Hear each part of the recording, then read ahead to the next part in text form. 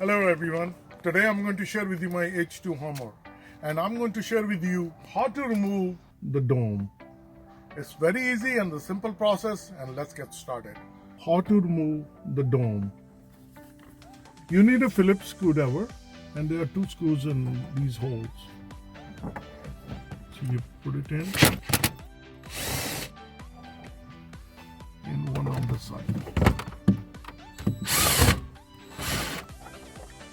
Once they're loose, then be careful, don't lose these screws. And now we're going to pull this one down. And in order to do that, you need to push this down and just get it down like this. This one has two clamps right here, which are holding in the front.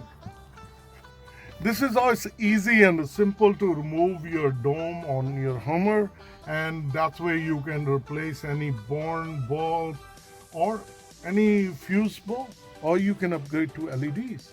I hope this video will help you out, and if you like this video, please like, share and subscribe my channel. Thank you and have a good day. Bye bye.